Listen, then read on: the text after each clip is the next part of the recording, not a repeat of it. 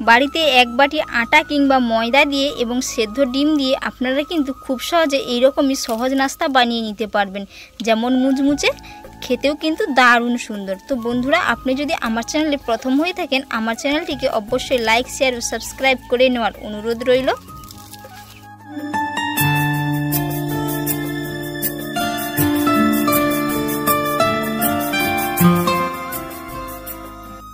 সকাল কিংবা বিকেলের নাস্তার জন্য আপনারা কিন্তু বাড়িতে থাকা সমস্ত উপকরণ দিয়ে খুব সহজে একটি সহজ নাস্তা বানিয়ে নিতে পারেন। এর জন্য আমি এক বাটি ময়দা নিয়েছি। আপনারা চাইলে ময়দার পরিবর্তে এখানে আটার ব্যবহারও করতে পারেন। পরিমাণ মতো লবণ,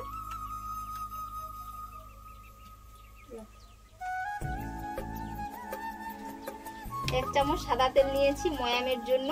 তো সমস্ত উপকরণগুলো ভালো করে একসাথে মিশিয়ে নেব। সমস্ত উপকরণগুলো ভালো করে একসাথে মিশিয়ে নিয়েছি। এবার আমি অল্প অল্প জল দিয়ে খুব সুন্দর করে সফট একটি ডো তৈরি করে নেব।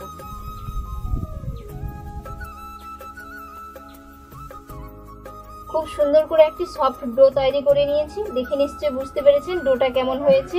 তো এবার আমি এটাকে 10 মিনিটের জন্য রেস্টে রেখে দেবো ঢাকনা দিয়ে। আপনারা চাইলে উপর থেকে একটু তেলও লাগিয়ে দিতে পারেন যাতে না ড্রাই হয়ে যায়। এবার আমি সেদ্ধ আলু আর ডিমের একটি পুর বানিয়ে নেব। এর জন্য আমি দুটো আলু এবং দুটো ডিম সেদ্ধ করে নিয়েছি। তো এগুলো ভালো করে গ্রেটারে গ্রেট করে নেব। আপনারা চাইলে মেশারেও মেশ করে নিতে পারেন। এই যে এইরকম করে খুব সহজেই কিন্তু গ্রেট করে নিতে পারবেন।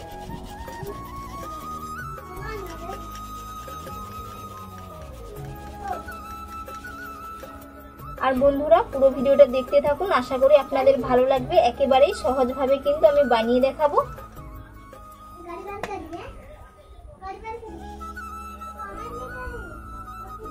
গ্রেট করে নেব।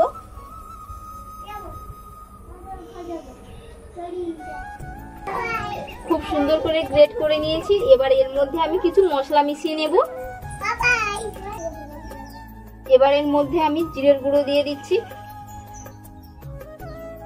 লাল লঙ্কার গুঁড়ো,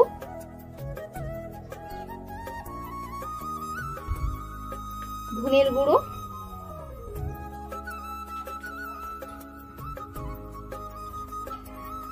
পরিমাণ মতো লবণ,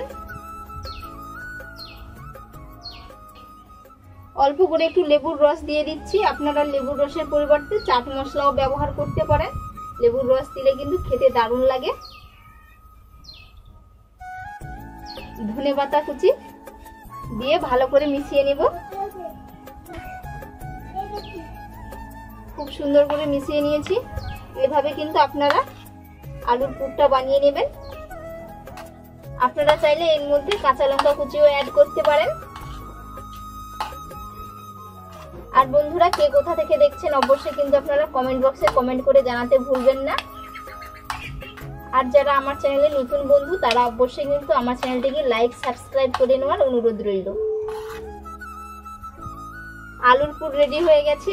এবার আমি 10 মিনিটের জন্য যে ডোটা রেস্টে রেখেছিলাম দেখে নেব। তো ডোটা অনেকটাই সফট হয়ে গেছে। এবার আমি এর থেকে লেচি কেটে নেব। তো আমি 3টে লেচি কেটে নেব। আপনারা চাইলে আপনাদের পছন্দ অনুযায়ী লেচি বাড়িয়ে কমিয়ে নিতে পারেন। তো আপাতত 3টের দরকার, 3টে হলেই কিন্তু হয়ে যাবে। এবার আমি এগুলো রুটির মতো করে খুবই পাতলা করে বেলে নেব। এবার আমি অল্প অল্প করে আটা কিংবা আপনারা ময়দা ছড়িয়ে রুটির মতো করে বেলে নিতে পারবেন। তো এবার আমি এগুলো বেলে নেব।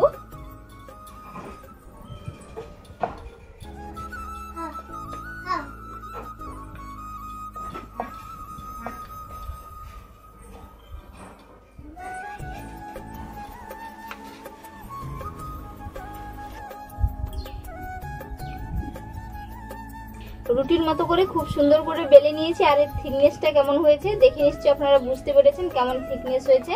তো এবার এর মধ্যে আমি আলুর পুরটা ভরে দেব। এরকম ভাবে কিন্তু আমি 3টে রুটি বেলে নিয়েছি।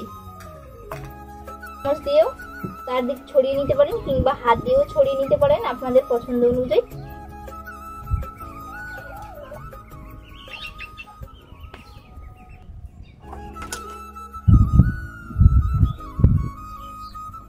সুন্দর করে পুরটা 4 সাইড ছড়িয়ে নিয়েছি। এবার আমি এরকম করে একটু জল লাগিয়ে নেব যাতে না খুলে যায়।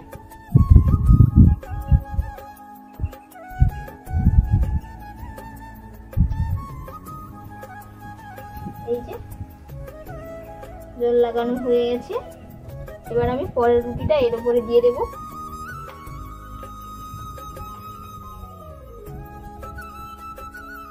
এবার এর মধ্যে বাকি পুরটা দিয়ে দেব।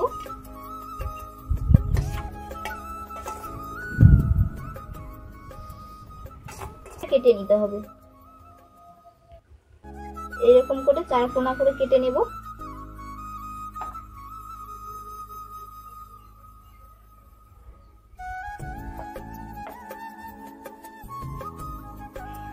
এই যে খুব সুন্দর করে কিন্তু কেটে নিয়েছি। এবার এইরকম ভাবে কেটে নেব।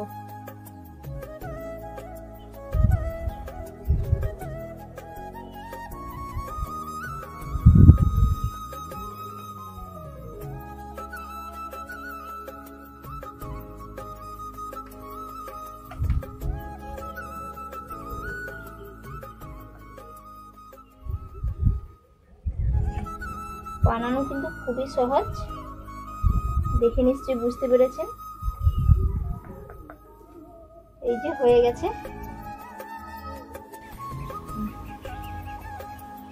সবগুলো বানানো হয়ে গেছে। এবার আমি একটি গোলা তৈরি করে নিব। তো এই চামচের মাপ করে 3 চামচ আমি ময়দা দিয়ে দিচ্ছি। 1 চামচ আরো 2 চামচ দিয়ে দেব।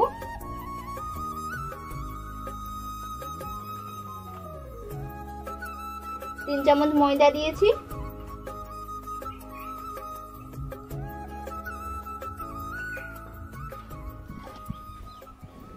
জল দিয়ে দেব, দিয়ে গোলা তৈরি করে নেব। গোলাটা কিন্তু খুব বেশি ঘন করব না, পাতলাই তৈরি করে নেব। কড়াই বসিয়ে দিয়েছি। এবার আমি কড়াইয়ের মধ্যে তেল দিয়ে দিচ্ছি ভাজার জন্য নাস্তাগুলো। আপনারা চাইলে অল্প তেলেও ভেজে নিতে পারেন।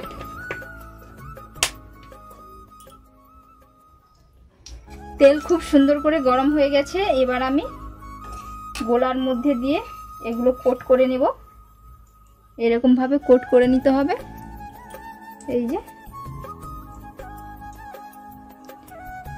কোট করে নিয়েছি। এবার আমি কড়াইয়ে দিয়ে দেব। তেলটা কিন্তু খুব বেশি গরম করিনি।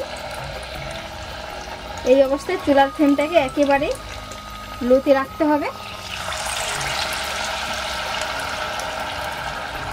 যেহেতু মুচমুচে করব, এর কারণে প্রথমে চুলার ফ্লেমটাকে লোতে রেখে ভেজে নিতে হবে। কিছুক্ষণ পরে চুলার ফ্লেমটাকে মিডিয়ামে করে নিতে হবে। তো একেবারে সমস্তগুলো দিলাম না, 3টে দিয়েছি। এরকম করে সবগুলো ভেজে নেব।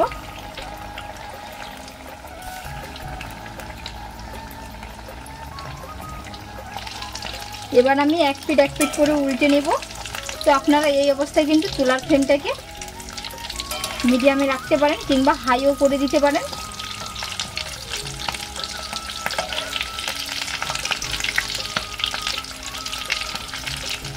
খুব সাবধানে নাড়াচাড়া করতে হবে, না হলে কিন্তু ভেঙে যাবে, দিলে ভেতরের পুরটা বেরিয়ে যাবে।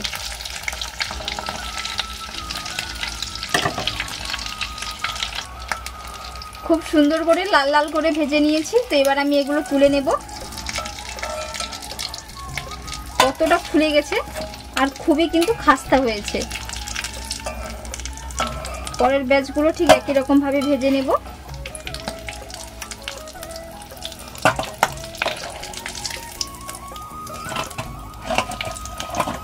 এই যে কত সুন্দর হয়েছে ভাজাগুলো, সবগুলো দিয়ে দিয়েছি। এবার আমি এগুলো ভেজে নেব। খুব সুন্দর করে ভেজে নিয়েছি। আর দেখে নিশ্চয়ই বুঝতে পেরেছেন কত সুন্দর করে মুচমুচে হয়েছে। আওয়াজটা শুনে নিশ্চয়ই বুঝতে পেরেছেন। তো বন্ধুরা, আজকের রেসিপি আপনাদের কেমন লাগলো অবশ্যই কিন্তু আপনারা কমেন্ট বক্সে কমেন্ট করে জানাতে ভুলবেন না, এবং বাড়িতে এরকমভাবে একবার বানিয়ে খাবেন। খেতে কিন্তু খুবই অসম্ভব মজার হয়। আর এতক্ষণ পুরো ভিডিওটা দেখার জন্য আপনাদের অসংখ্য অসংখ্য ধন্যবাদ রইল। আপনাদের সাথে নেক্সট ভিডিওতে দেখা হচ্ছে।